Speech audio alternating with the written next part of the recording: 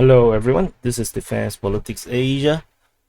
Quick update on something that happened in Transnistria. So it's not related, or maybe it's related to the Ukraine war.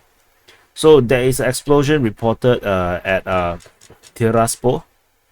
So this is Tiraspol, and explosion is hit here. So on the map we put Office of Public Education. However, according to sources that is on the Twitter, they say that it's explosion at the Ministry of State Security. So there's also claims that there is empty RPG tubes that is on the floor, on the ground of the scene. So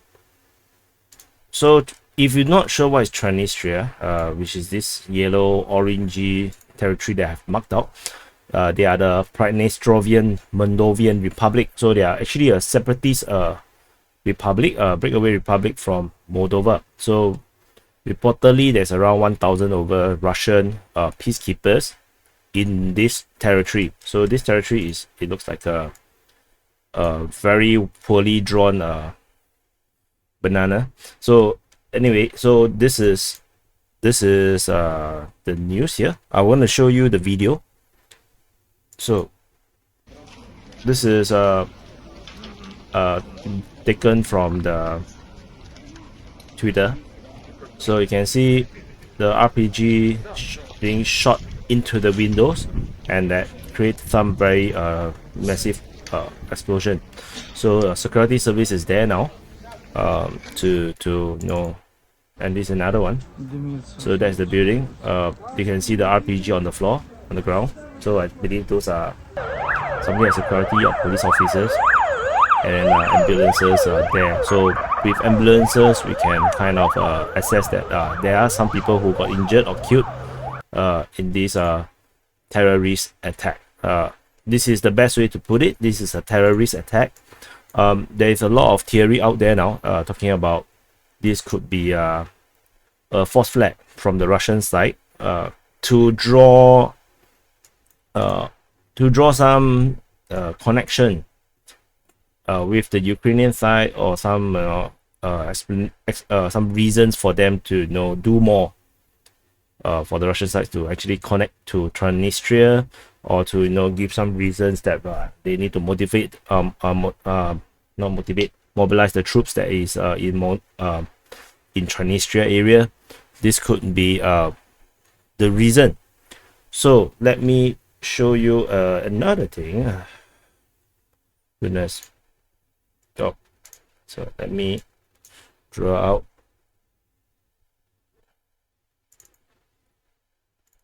So this is the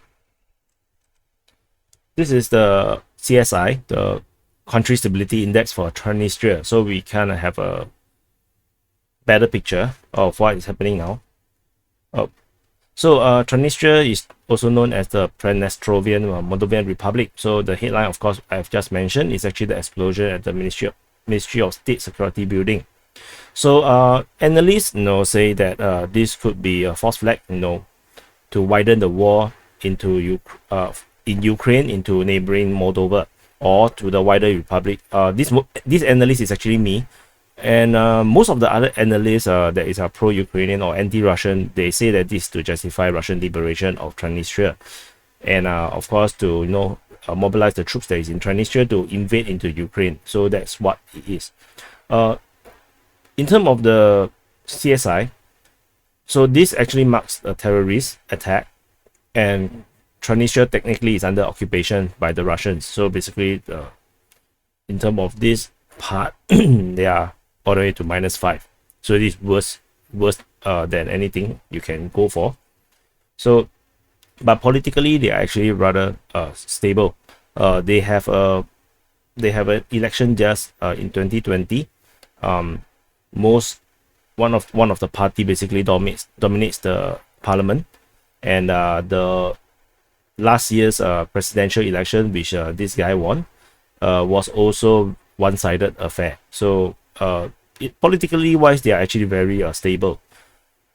Society wise, I haven't seen any information about them being a place with high crime. So the people there, because the population is also very small, it's only In 2015 is around 475,000, and but this number is likely to be even lesser in reality, because in 2015 alone, 15% of the population actually left the country. So this trend is likely to continue. So by now, the population is probably only around 300,000, I guess. So given such a small population, and whoever is left behind is just the children and the old people, that results in a negative GDP as well. Despite the peace, but this will likely to translate into a poor GDP, and this is also a representation of mass unemployment, because the exodus of the population from Transnistria is due to the lack of jobs. There is no work, or lack of work in Transnistria. They are basically the Cambodia or Bangladesh of Europe. They are given all the they have factories that are from the Western countries, that they send in all the equipments, the tools, the materials, and then they will have to make it into the product. Maybe it's a bag, maybe it's shirts. Then after that, they will be exported as under from Moldova. So it's not exported as under Transnistria, because they are not recognized by EU. So they have to export everything under the name of Moldova. But this also, because of the cheap labor, because they have no work, so this kind of job doesn't really grow the economy. That's why most of the people left. And given the precarious situation in the economy, they unlikely to have any gold reserve, and I bet they also don't have much of a foreign reserve. But this is hard to tell, because the information about Transnistria is all very dated, so we don't really have much. But what can be so we have also no inflation information. They actually have their own ruble, the Transnistrian ruble, but there's no information on them. Their government websites all doesn't work. But what we can confirm is that in their GDP in a few years ago or many years ago is around $1 billion a year. Then but just in 15 or maybe a few years ago, I forgot to mark it in my notes, just the gas debt alone. So the gas transported through Transnistria to Moldova as well, where Transnistria get the gas from Russia. The debt alone is around $4 billion. So they owe $4 billion just for gas. So that is actually way more than 2 times. So they have unsustainable national debt, which is also why they are under occupation by the Russians, because basically they are a colony of Russia. In fact, they are actually more like a cancer of Russia. So just that this cancer might be very useful to grow additional legs, additional leg or additional hand for the Russians. So this is the CSI for Transnistria. So hopefully this actually helped to build some kind of understanding why Transnistria is so controlled and really under the thumb of the Russians. And then the theory from the pro-Ukrainian crowd now saying that Russia may use Transnistria as the reason to actually launch a new offensive from the southwest side, or to give some reasons for the forces that is gathering in Kherson to actually take Mykolaiv and Odessa and then connects to Transnistria to perhaps grow Transnistria into one one People's Republic on its own. That is also a huge possibility. So I cannot really say the pro-Ukrainian crowd is wrong, but I also believe that Ukraine might want this war to spill over to Moldova so that they can get EU involvement, because if Moldova goes to war with Transnistria, EU do not have a problem with sending peacekeepers into Moldova, or to send troops into Moldova to help to quell the rebellion or terrorist attack, or whatever reason they want to give themselves. Because at the moment, the situation is only that the NATO forces or Western forces do not dare to step into Ukraine, but that does not mean that they do not dare to step into Moldova. In fact, if they step into Moldova now, that means they preempt the Russians, then the Russians will have their chess move limited. And that will increase the chess move for the Ukrainian side, because then they can actually create more force flags to force a conflict between Transnistria and Moldova, and then bringing the West into the war with Russia in Ukraine.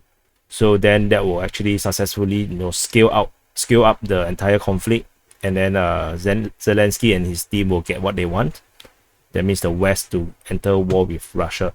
So, but of course, that's my assessment. You might disagree with my assessment. That's fine. But this is the implication of this what I would currently call a terrorist attack, because both sides, both the Ukrainian and the Russian side, have good reasons to do this. So per Transnistria, they are always going to be attacked by both sides for both sides exclusive reasons. So anyway, this is the quick update on Transnistria and the explosion at Tiraspol, and I will see you in the next update. And please help me to press the like button. I always forget to say that in the beginning of the video, so hopefully you're still here. Help me press the like button, and I'll see you in the next update.